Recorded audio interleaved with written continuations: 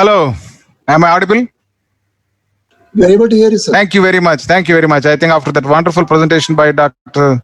Fayaz, I like to take you through some of the slides of mine and showing the how to evaluate peripheral vascular system and how things have changed over a period of time, and then how things have also changed in assessing the degree of peripheral vascular disease, staging of the peripheral vascular disease in terms of glass staging and so on and so forth. So when we talk about evaluation of the peripheral arterial disease, we look at the history. As Dr. Fayaz has said, all the details of the history are very, very relevant and pertinent when managing and planning surgery or endovascular interventions. I think we know that the peripheral vascular disease is a part of the polyvascular disease in the patient. So we not only ask about the lower limbs, we also ask about the brain, we also ask about the heart, we ask about the kidney, and so on and so forth. All the details should be obtained so that we can comprehensively understand the patient profile in detail. The symptoms and signs are equally important. Pulse evaluation, pulses from head to toe will be examined for peripheral vascular disease, and then involvement of the vessels in different parts of the body. Bedside portable Doppler test is routine for vascular surgeons. They use portable Doppler to assess the ankle brachial index. Ankle toe pressures are also taken into account. So we also ask for different types of investigations, which will involve duplex scanning, color Doppler scanning, and a conventional angiogram or DSA or spiral CT angiogram or MR angiogram, or sometimes occasionally isotope angiograms also we ask for them. So we evaluate the risk such as hypertension, diabetes, lipidemia, and smoking history, all taken into account, and detailed evaluation is taken where the hypertension is controlled, how long he has been hypertensive, what type of drugs he's taking, as we discussed, whether he's taking losartan, metoprolol, propranolol, amlodipine, and so on and so forth. Diabetes, what type of diabetes, how long he has been diabetic, what is the HbA1c, and so on and so forth. Lipids, will say LDL and HDL values, triglycerides, and all the details we take into account. If he's a smoker, what type of smoking he is doing, how many cigarettes he is smoking, how many pack years he has been smoking, and did he stop smoking, when did he stop smoking, how long he has remained with smoking free. 8 years is required for us to say that these peripheral vascular effects of smoking have gone. So evaluation of other vascular beds depending upon the need, symptoms of the patient, such as retina, cerebrovascular system, cardiac circulation, all these things will be kept in mind, and then a detailed evaluation is taken into account. So we also make it a point to see what is the life expectancy of the patient. When we are evaluating peripheral arterial disease, it is part and parcel for us to see what is the life expectancy of a person like him who has been smoking, who has been diabetic, who has been hypertensive, who has had 2 stents in the coronaries, who had 1 or 2 stroke events. And so this is very important to plan the line of action when you are seeing a patient of peripheral arterial disease. Then the quality of life, what type of quality of life the patient is leading. If a patient is already paralyzed and if he has got asymptomatic peripheral arterial disease, probably we are very cautious and careful and being conservative in such patients where the quality of life is not going to be improved by our peripheral vascular interventions for asymptomatic peripheral vascular diseases. So there are 2 points that are always in our mind when we are seeing the peripheral arterial disease patients. What is the amputation-free survival in this patient who developed peripheral arterial disease if he is symptomatic CLTI, chronic limb-threatening ischemia? So what type of quality of life that I'm going to give to this patient after my intervention? What is the quality of life before intervention? What is the quality of life after the intervention? So we use instruments like SF32, SF36, SF36 to assess the quality of life in these patients. So color Doppler scanning, significant stenosis is there or not, occlusion or small segments, tandem lesions, all those details are obtained by initial Doppler scanning. And non-invasive peripheral vascular laboratory will tell us about the segmental limb blood pressure, pulse volume recordings, and we also know the level of disease, extent of the disease by the segmental limb pressures and pulse systems in our hospitals. And such hospitals will have an advantage over those who would like to assess the quality of life of the patients with peripheral vascular disease. Evaluation of the wounds and gangrenous sources is equally important. Many diabetics have all the peripheral vascular diseases, so that's why one should be informed, habituated to assess the wounds in a proper way with good light, and then properly assessed, because Wi-Fi classification depends upon the wounds and gangrenous stores. So we do the evaluation of the peripheral arterial disease by angiograms, CT angiogram, MR angiogram, isotope angiograms. This is nowadays also coming into use. PET scans. PET scans are also helpful to assess the Takayasu disease and other inflammatory vasculitis, iotitis can be assessed more effectively. So when color Doppler scanning is there, we give specific requests to the ultrasonologist to look for specific points in the body so that we can understand the degree of the peripheral vascular involvement, and then we can classify, as I'm going to tell you a little bit later about the GLASS staging, global anatomical staging system, that is what is being now used for peripheral vascular intervention planning. And this is why the ultrasonologist report is helpful for us beforehand to plan what type of endovascular intervention we'll do in these patients. So ankle brachial index, toe brachial index, segmental limb pressures, PCO2, skin perfusion pressure, all these things are helpful in these patients, and we use mostly ABI. Occasionally we use TBI. Segmental pressures in all the patients, we are checking segmental limb blood pressures in our practice. TCPO2 only in those patients where we are concerned about level of amputation. We ask for TCPO2s. If it is more than 50 millimeters of mercury, then we say the level of amputation can be effectively done chosen at that point. If it is less than 30 millimeters of mercury, then we say that is not probably the suitable site for amputation. Skin perfusion pressure similarly is helpful. So this is just to show you that sometimes Takayasu arthritis or other inflammatory arthritis will be able to pick up the extent of inflammation in the vessel by using the PET scans. So these days, as just now we discussed, the measurements of the peripheral aneurysmal disease in association with peripheral arterial disease, the measurements are taken at different levels so that the design of the stent graft can be planned, assessed, and ordered as per the requirements of the patient. This is just to show you that the aneurysm that just now we have seen, the aneurysm starts right from the infrarenal segment, and then it goes sometimes to the common iliacs, one side or both sides, and this is a classical repair. But today we are doing endovascular repairs as the first line of treatments depending upon the suitability of the aneurysm for the endovascular repair. And this is the follow-up. A question has been asked by our doctor that how do you follow these patients? I think this is being used for the endovascular repair more frequently when there is suspicion of endoleak, or if you suspect any injury, compression of one of the segments of this thing. CT is much better in the follow-up. So we have repaired endovascularly the aneurysm 20 years back. I think this was one of my first case that I did at Nizam Institute of Medical Sciences, and it was considered as a rare abdominal surgery. This was a patient, endo repair was done. Endovascular repair is now more popular, more devices are available, skills have improved, tools improved, graft designs improved, fenestration grafts are available now, more complex techniques are being imparted and trained, they have been trained, doctors are trained to do this, but the cost is still very high. More private hospitals are able to do these procedures, but few government hospitals are able to provide this methodology. This is one of our patients where we have done long back, more than 15 years back. And this was a follow-up of, say, 6 years. As you are asking, how do you follow these patients? We follow these patients depending upon the need with spiral CT angiogram. And this is an angiogram showing the incorporated stent graft into the aorta, beautifully shown from both into the common iliacs and infrarenal. See how abutting this to the renal arteries, very closely abutting to the renal arteries. It is the most crucial part of the implantation, how closely you apply it and carefully apply it so that you don't obstruct the renal arteries. So this is a cross-sectional image showing the nicely placed stent graft. This is the infrarenal part of the stent graft. So that is why we want to know, when we are evaluating patient, peripheral vascular disease patient with a AAA, we want to know the branches, how they are, and then the distances, how all these things are measured. The aneurysms, as Dr. Nitin has asked, they're classified as purely infrarenal, juxtarenal, pararenal, suprarenal. This is how we classify them.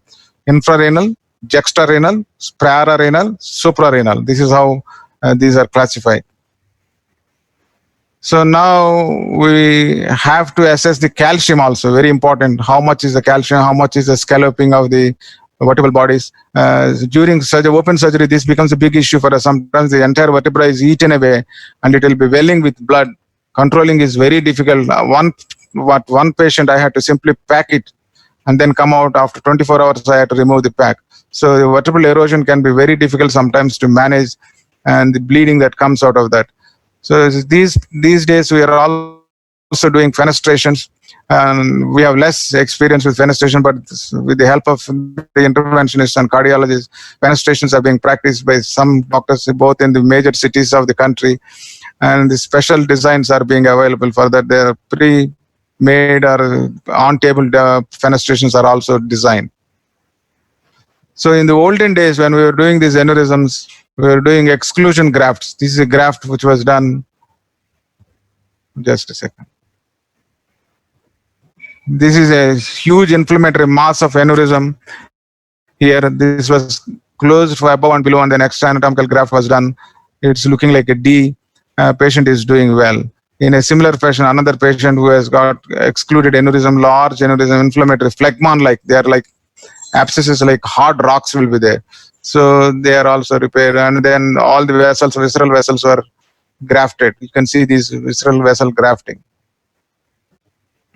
So these days we are also doing exclusion endovascularly. First we do the exclusion by the graft, and then later endograft is placed in the aneurysm.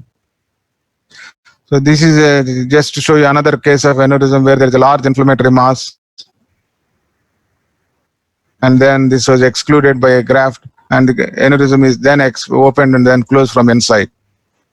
So coming back to the current management of peripheral arterial disease based upon the evaluation, we should remember Global Vascular Guidelines, GVG. This is now current mantra of vascular surgeons. GVG, Global Vascular Guidelines. What do we learn about this? Plan. Plan means patient profile. We should assess the patient as a whole to assess the polyvascular beds, both coronary, peripheral vascular, cerebrovascular, renovascular, all vascular systems will be assessed. Patient profile should be assessed. P of plan becomes patient profile. L of plan becomes limb threat severity. How bad is the limb? This is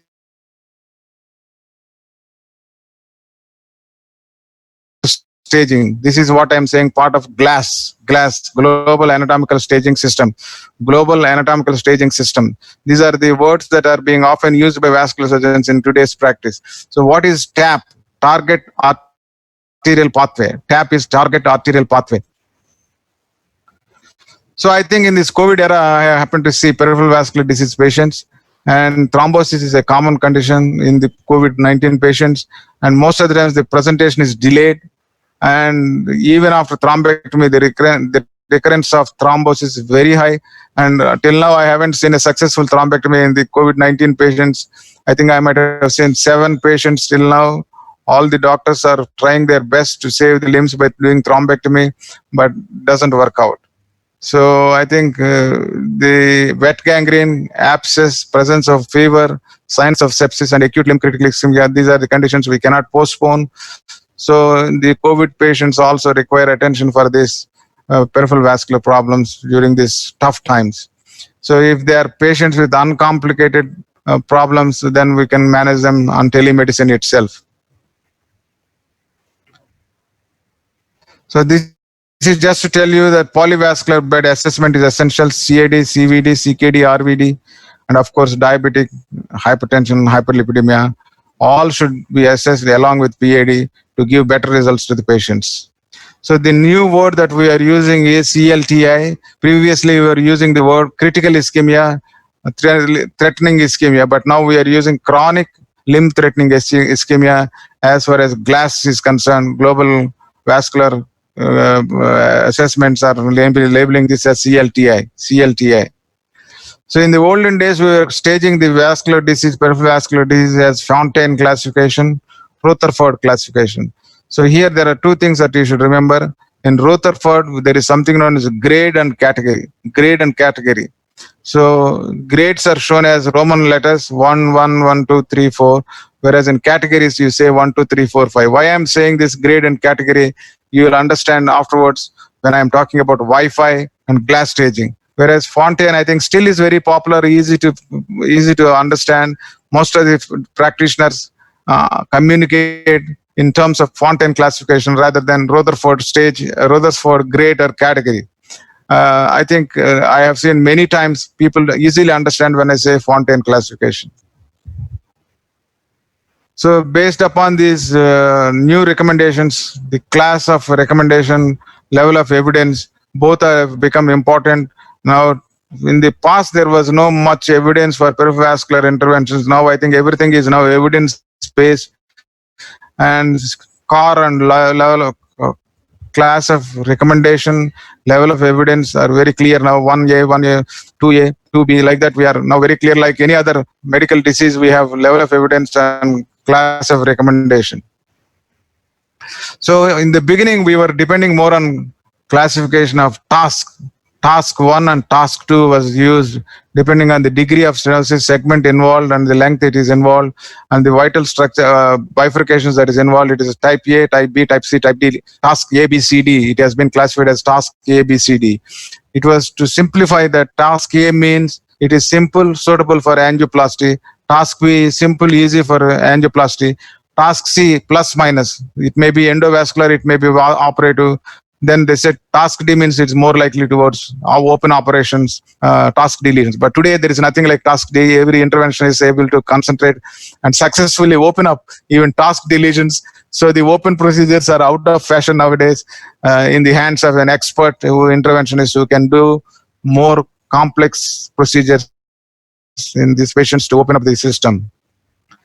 So now the second classification that we are talking is Wi-Fi. So the wound, Wi-Fi means wound, ischemia, foot infection. Wound, ischemia, foot infection is together is known as Wi-Fi.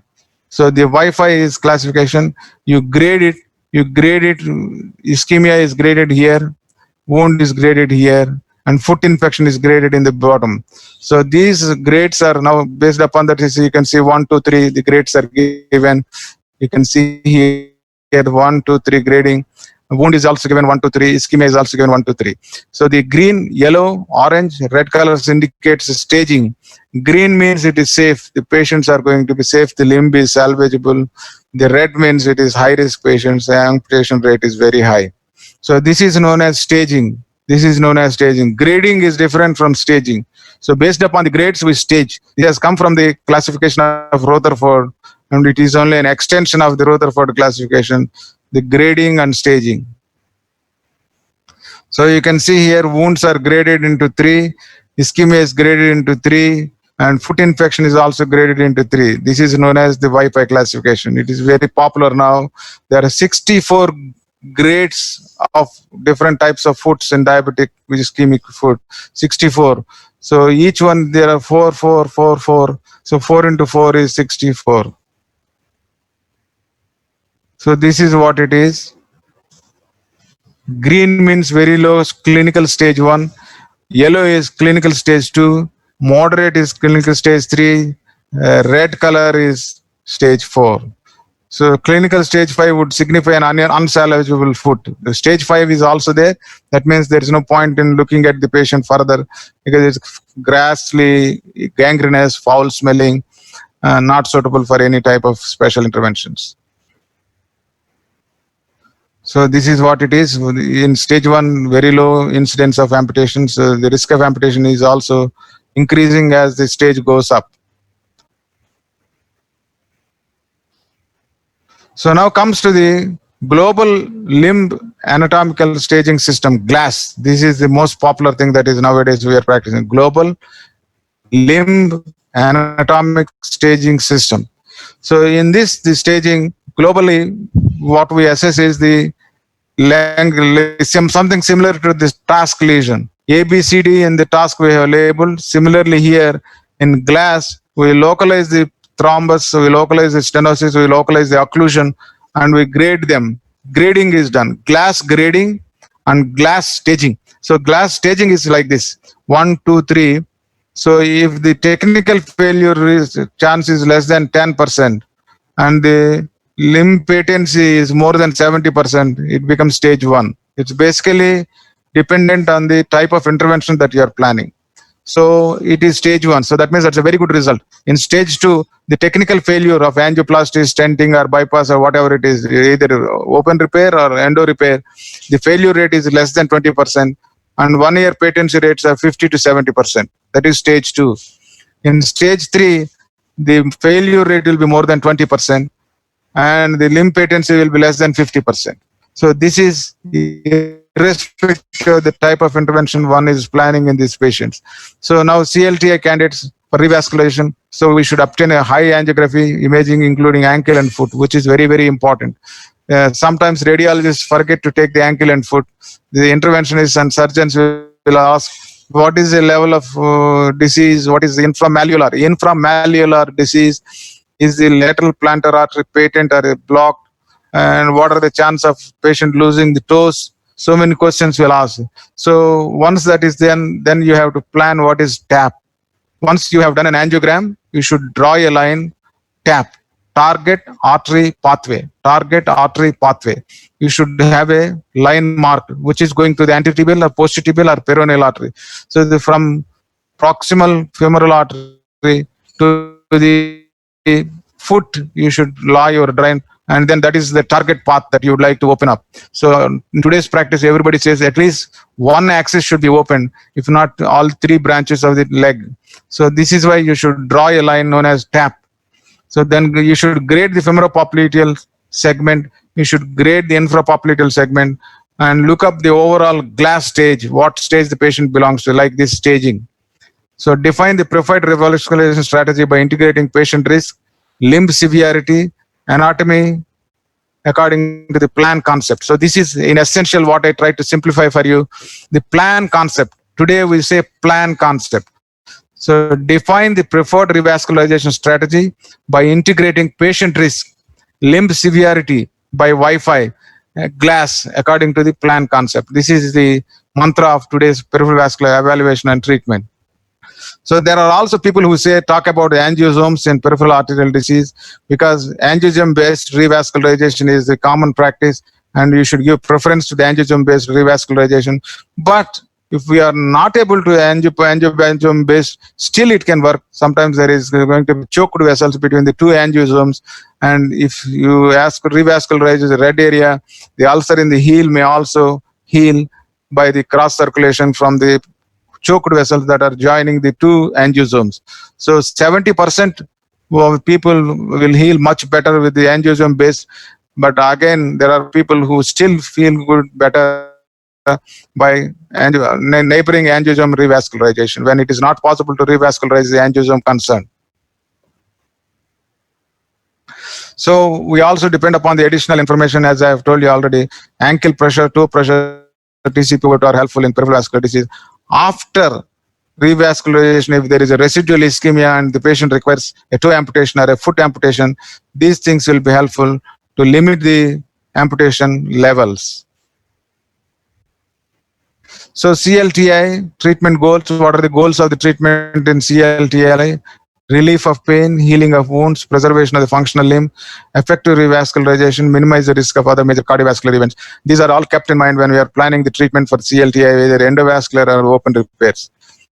So endovascular algorithm for CLTI patients and diabetic patients: rest pain, minor tissue loss, major tissue loss. So if it is rest pain, you just plan angioplasty and then you see TAP, target arterial pathway, and distal BTK should be considered in these patients. Otherwise, the patients will not have relief of pain if you simply relieve only proximal obstruction. You should see the target arterial pathway is open till the end of the foot. So similarly here for angioplasty for ATK and BTK, ATK means above the knee, BTK means below the knee. Get inflow line. Inflow line should be clear. Once the inflow line is there, then you are safe that the patient will have relief of symptoms and the improvement of the wound healing. So angiosome, open single appropriate angiosome is essential. At least one angiosome should be opened so that the ulcer heals or the gangrenous portion gets blood supply. So similarly here, major loss, you should have ATK, BTK, get in line flow, open as many tibials as possible because there is major tissue loss. You are not satisfied with one bed opening. You should open up 2-3 angiosomes so that there is going to be better wound healing, early wound healing. Chronic limb-threatening ischemia is associated with mortality, amputation, and impaired quality of life. These global vascular guidelines are focused on the definition, evaluation, and management of CLTI with the goals of improving evidence-based care and highlighting the critical research needs. The term CLTI is preferred over critical limb ischemia in today's practice. So this is the word that I have been using again and again. Global Anatomical Staging System, GLASS. GLASS is being practiced now. So what I mean to say, when you do an angiogram, you should draw a line like this, target arterial pathway. So this is what you want to open up by endovascular methodology. So if you draw a line very nicely beforehand itself, that means you are prepared, your software, your hardware you design, you also plan what type of balloon you want to use, what type of stent you want to use, how many you want to use. So you will also protect. And also, you'll also know the staging. If you know the global staging, you'll know what is the 10% failure rate, 20% failure rate, more than 20% failure rate. That is the way you classify your staging. So by seeing the lesions, the expert or a trained person will be able to say, will I be able to open this long segment? What are the chances of opening? What are the chances of failure? And even if I open it, how long I can keep it open? Can I keep it open for 1 year? How many patients it will remain open? 50% of them will remain open, or only 20% will remain open. So based on that, you do the staging. That's why everywhere you say tap, tap, tap. Everything is mentioned as tap. So the length of the stenosis is equally important.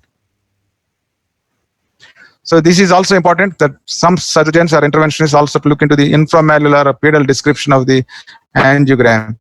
P0, P1, P2. So depending upon the extent it is considered as P0. That means inframallular vessels are good circulation is there. P1, at least one is present, the other one is absent. So P2, both are blocked.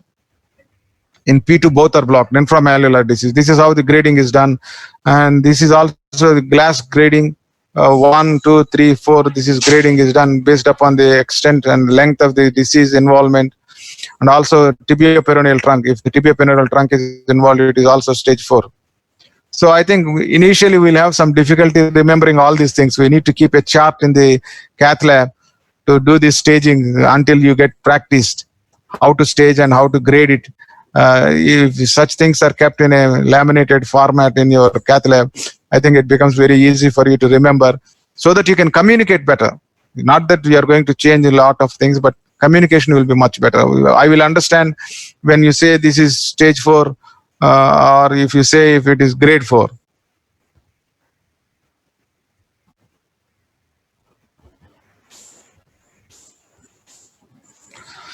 So same thing, I think I have shown you again the way we do this algorithm.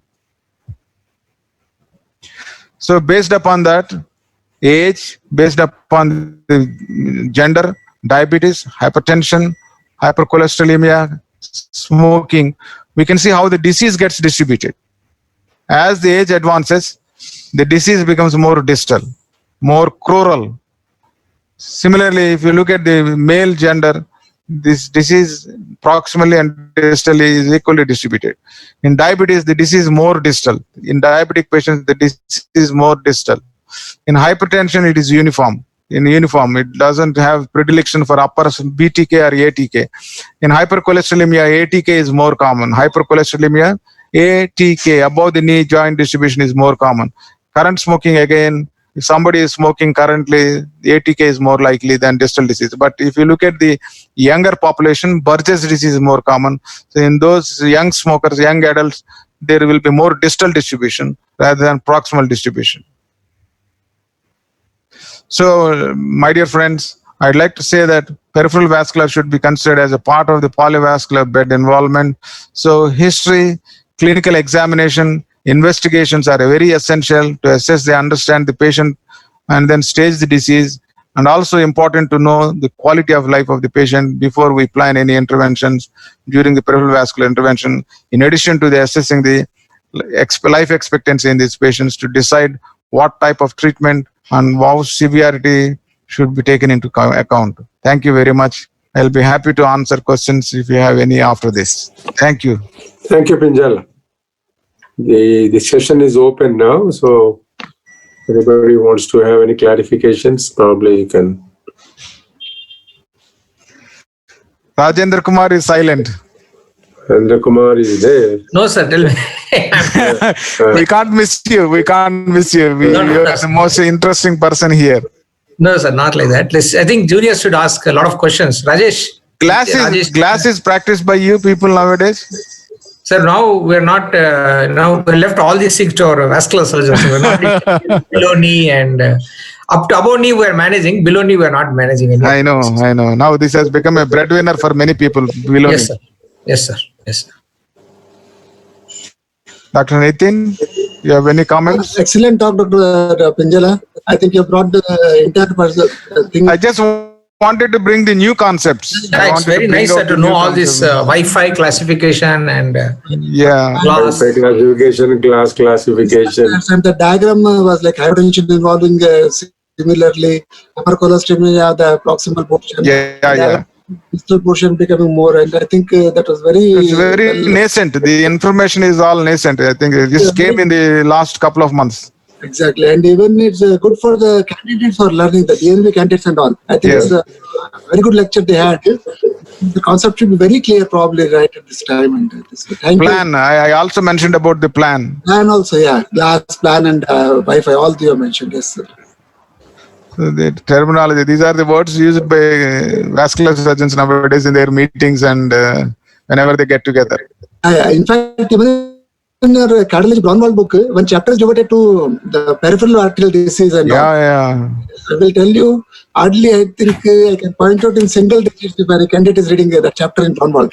The most neglected chapter in cardiology is probably that. And I think we are following the guidelines given by the cardiologists, ACC. yes, exactly. You have given that one slide, ACC guideline, you are sure. ACC.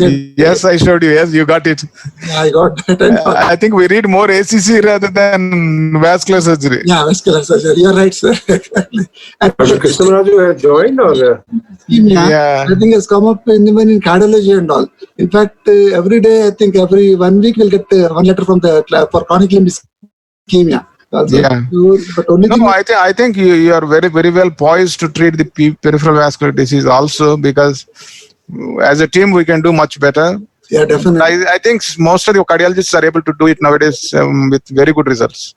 I agree, sir, and all. But only thing is like they should have the concept of antegrade femoral puncture.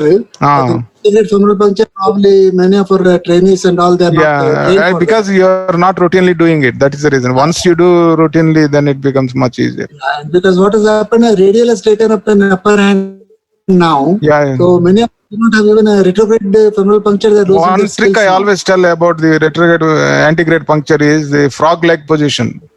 Yeah, Position of the patient should be flexed hips, abducted and rotated.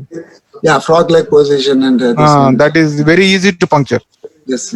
Once, twice, or if you do it, then it becomes very easy. Once the posture is, keep the patient in that posture, puncture it, then straighten the legs. Yeah, sir. Definitely. Like if you prepare the patient properly and you position it properly and all, I think it takes care of many of the problems and this way. So that you don't need to have long catheters, long wires, and so on and so forth. And also trackability is much easier. Thank you, Dr. Amrit. Such a nice. Thank you very much. Dr. Dayasagar garu. Thank you, sir. Thank you, Pinjala. Thank you, Pinjala. Thank you very much. Yeah. Thanks for You have to your be there time. for next case also, sir. You're there. Yeah, I am there. Yeah. Thank you.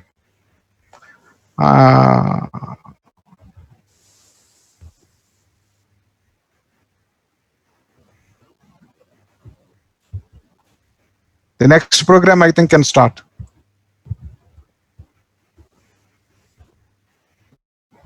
సమాధానం ఇవ్వడం లేదు. దయచేసి కొంత సమయం తర్వాత మళ్ళీ ప్రయత్నించండి.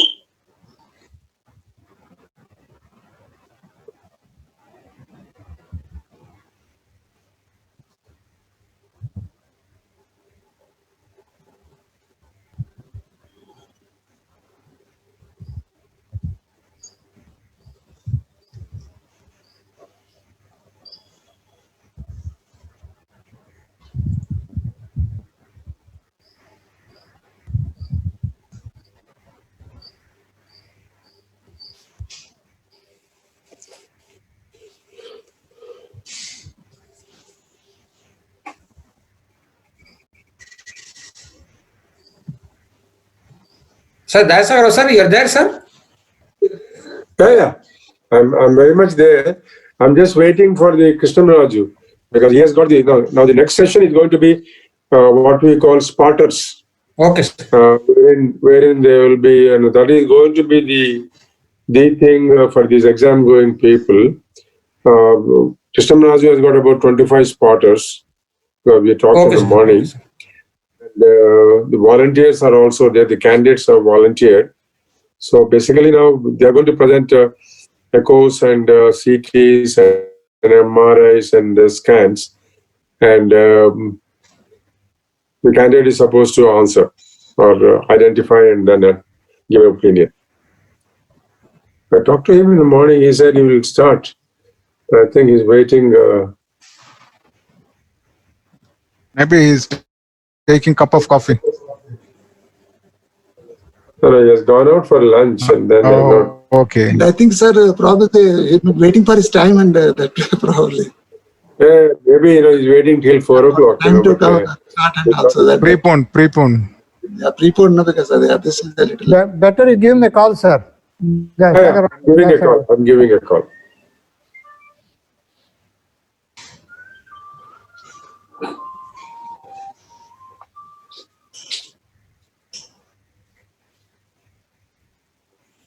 I think people are now being precise after the webinars being habituated. Yeah, because so many webinars are happening every day and all. Every day, so many webinars. And Saturday, Sunday, overwhelming.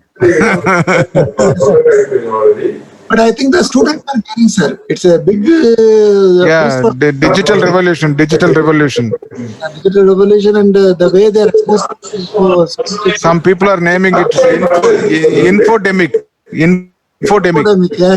Trillions and trillions of Information, bytes of information is going on. Hello, am I audible? Dear sir. audible, sir. Now, what is the next session? Next session is spotters. Spotters. After that, what is the program today? That's all. So that is, spotters will go on for about 1 hour, 1.5 hours. Yeah, that's all. That's the last one. That's the last one. Okay. Dr. Abraham is probably. No, I think he's having in mind. no, Raj is logging in faster. It'll take about 5 minutes, he said. How many volunteers we got? Who are they?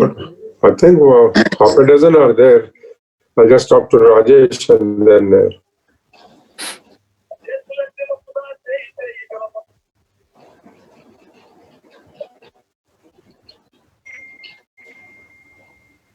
Finally, it is much easier to do on mobile phone only.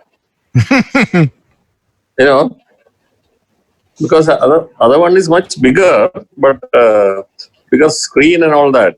But mobile means you can walk around. You can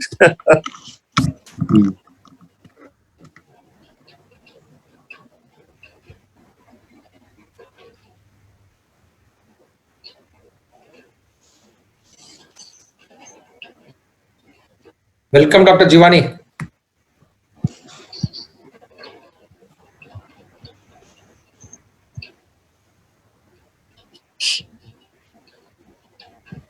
Welcome, Jivani, welcome. Dr. Jivani. You'll have to unmute your mic. Yeah, case was supposed to be there at 3 o'clock. I think that is cancelled, no? No, it did not cancel. It's over. It is completed because there was some reversal of the roles. Oh, okay. So case was completed, and then Pinjal Ramakrishna gave the talk on evaluation of vascular disease. It was a good one. Yeah, I was there. I listened to his talk. It was good. Yeah, new concepts. Concepts, yeah, peripheral vascular disease. Very good talk. Yeah. I just while we are waiting for the Dr. Raju to come, Pinjala, Dr. Ramakrishna. Yeah, we can discuss something. No, yeah. I thought I'll only ask him. No, we'll ask questions to DSR only. Yes, sir. we are all doing, troponin I or troponin T, and there's question what should be done. One has only one company and others. Why are we not doing troponin C? Troponin C has not been evaluated. No, it is not Honestly, possible. troponin C has not It is been not evaluated. possible technically, I think. Yeah, probably. And I think one of the reasons That why appears to be the most important troponin. Troponin I apparently is claimed that its levels are not influenced by the kidney function. Yes. Whereas troponin T, its levels are influenced, and it is based on what they call a molecular weight. Troponin T is supposed to be a larger molecule, and it's not filtered.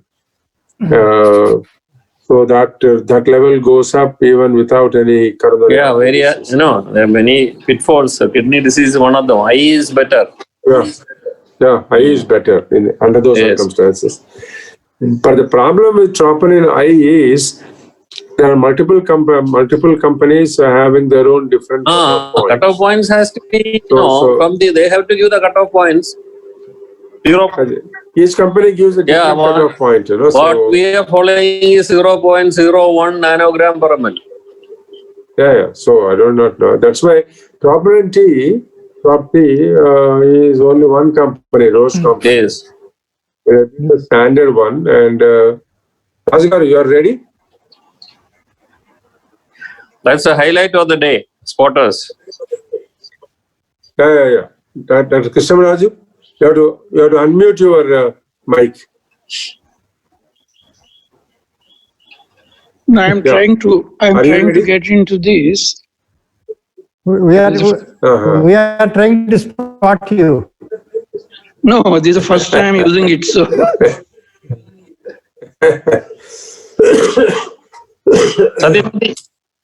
no, the reason why the candidates I put this last is this is how the examination is going to be conducted in DNB. Majority of the marks are for that, it seems, for the spotters. This time majority is spotters, yes. Yeah, spotters. So people are very much willing to listen and then. No, but that is after passing the clinical, No, there's no clinical. This time, all on virtual. Oh, this time virtual, four different examiners. The results will go to fifth examiner. He will send it to Delhi National Board. There is a final examiner there who will finalize the practical exam. So it is virtual, yeah. So I very, very tough this time. This is virtual. It also is more of an OCS pattern, sir, now. So those who are not DIPMB, I think we can also appear. So no clinical cases, huh? There will be clinical cases. They will tell the history. No, they will give history and show the ECG, X-ray, and the. No, not only that. It seems there are some normal people are kept there, asking the candidate to demonstrate how you are this side, that side. But where is the examination going to be? For some of the candidates, it is in. There are 27th is the exam. It's only one day all through the country. It's only on one day all through the country. No, but the examiners are also sitting in different places. Huh? They have chosen 16 examiners. Okay. as I know, 16 examiners. so there is some problem. Shall I upload them to your email?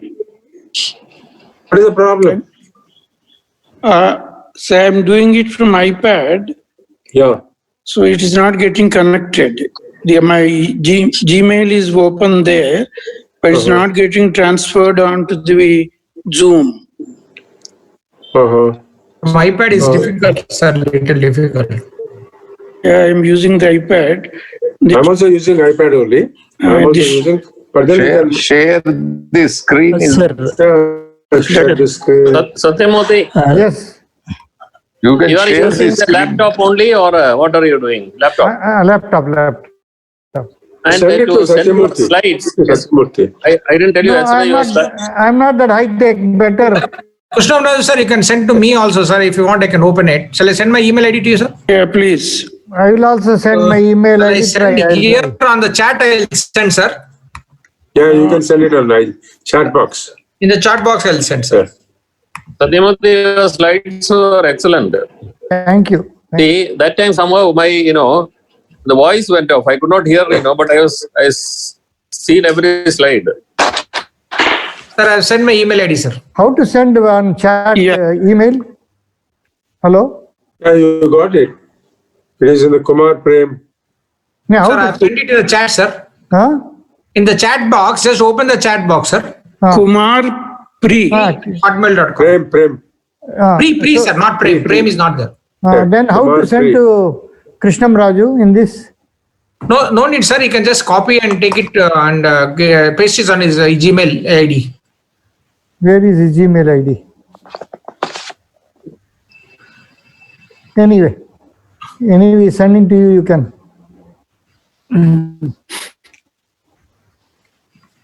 I don't have Krishnam Raju name number. So if you can, I can send it directly his number also on WhatsApp or this.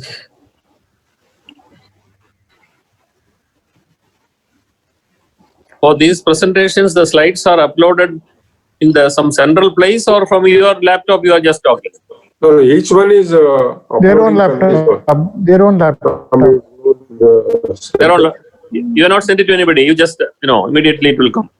Sir, Dayasagara, sir, can you just write down Dr. Krishnam Raju's number in the chat box? I'll send it my email ID to him also, on the phone number also. No. You want his phone number, cell sir? Number? Yes, You sir. want his cell number? Yes, sir. Yes, sir. You just note it down. 98490. I got, sir. I got it, sir. 98490 33340. So I got it, sir. Please tell me, sir, what is the number? 98490 Okay. 33340. 33340.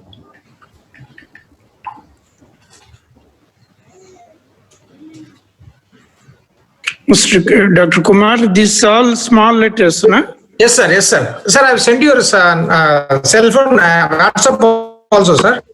And I'll send it to your regular phone also, sir. I am sending it now. Yes, You just check and tell me whether you have received. I sent it.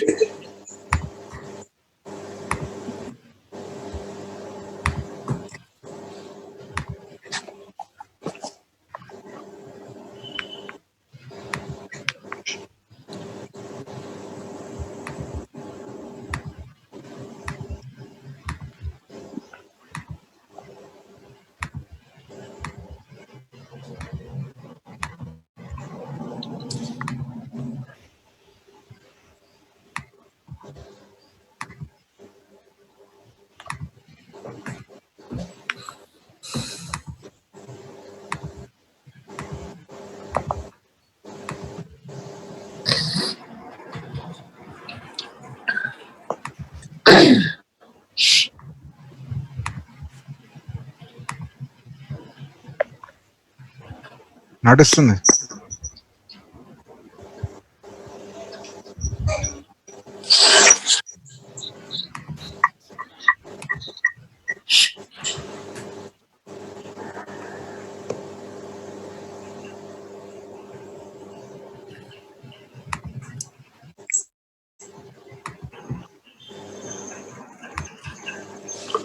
क्या हो गया Jain ji? Yes, I got it, sir. I got only program, sir. I didn't get the slides, sir. Sir, I got the email, sir. But I got the program, cardiology update program thing, sir. But no slides. I just got the PDF of 16 cardiology update program, 4 MB. Probably will send in next folder, probably. No, he is there. We just Krishnam Rajgar. It seems he didn't get the slides. I got the other email, sir.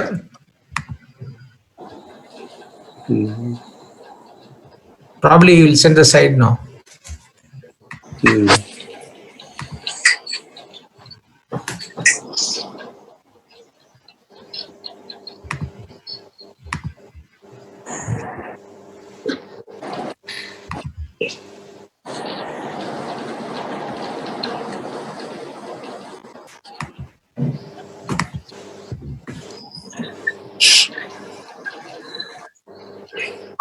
This is to all the participants in this conference.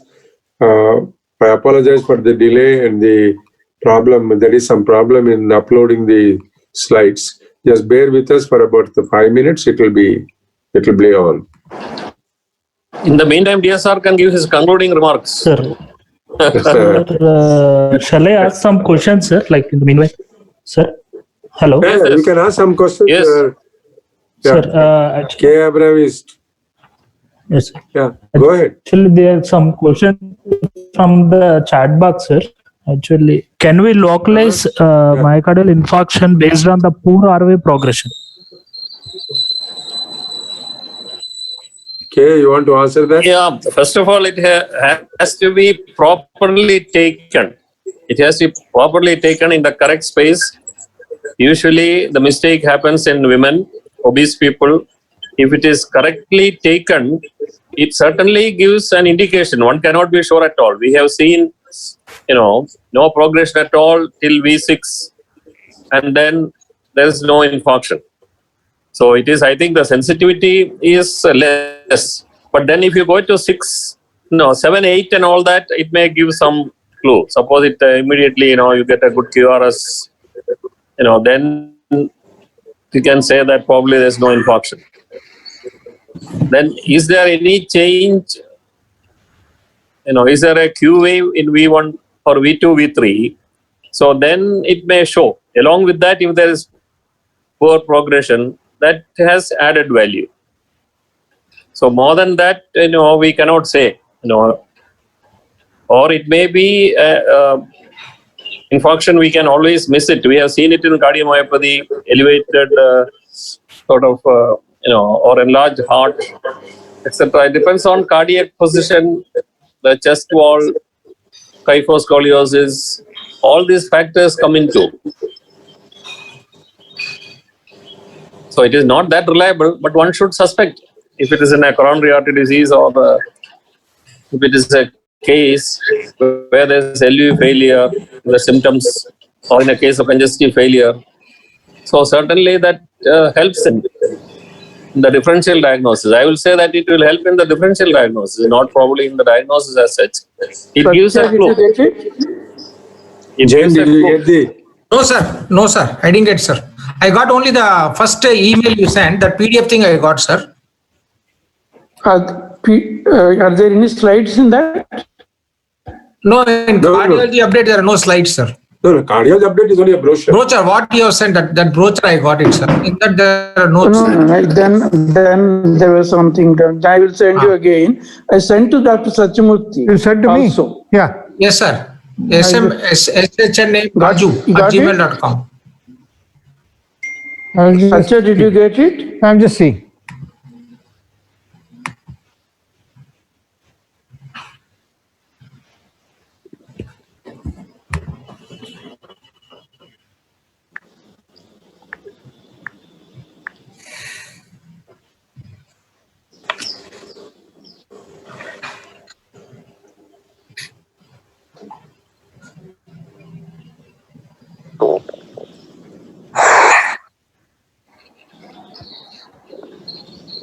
No, students can make use of I the... sent to Dr. Kumar again.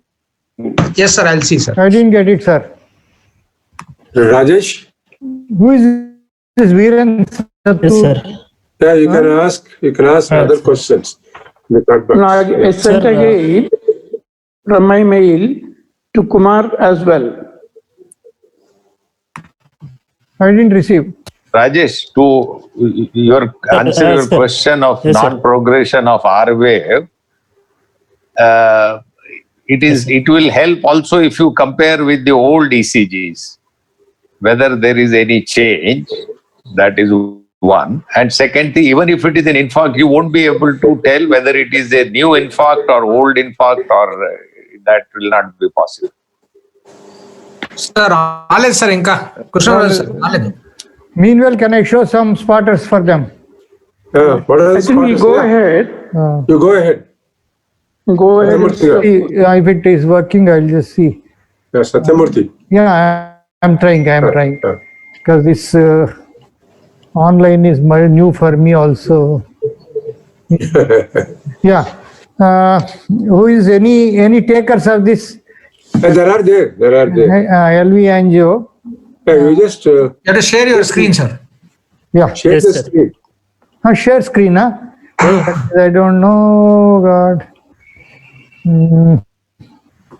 Go to Zoom, share the screen, and then transfer. There is a green button in the bottom. There is a green button in the bottom. I know, but again, I lost this contact of the Zoom. Zoom contact is lost. You're in Zoom only, no, sir? Yeah, what happened? Why I am not able to see you people? Are you able to see me? Yeah, we're able to see you, sir. Then what happened? So probably you have to go for a speaker view or for the grid view, sir. Then it will be easy. Anyway, I'll just see if I can. Are you able to see this slide now? No, sir. You have to share screen, sir. Share screen. That is not coming. Share screen is not coming. No, madam, On your image, there will be blue dot, blue box. In that blue box, there are 3 dots. Press that one.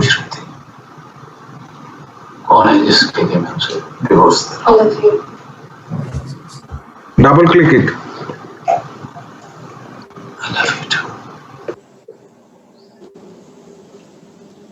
Yesterday you did the slides, no? Yeah. Unknown caller.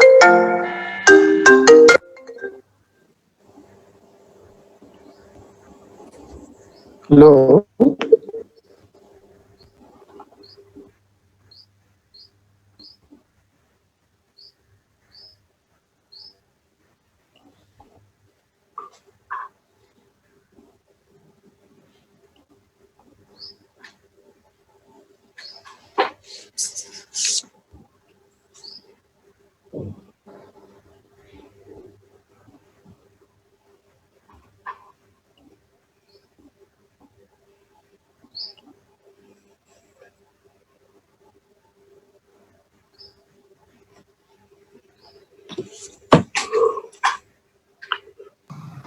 There is a speaker view on the upper corner, upper right hand side corner.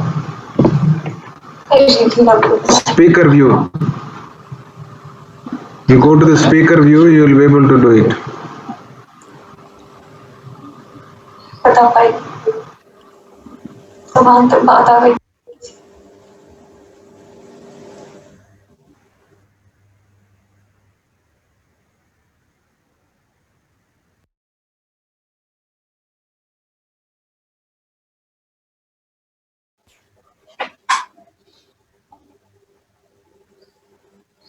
Again, they're asking me to enter all the details. I don't know.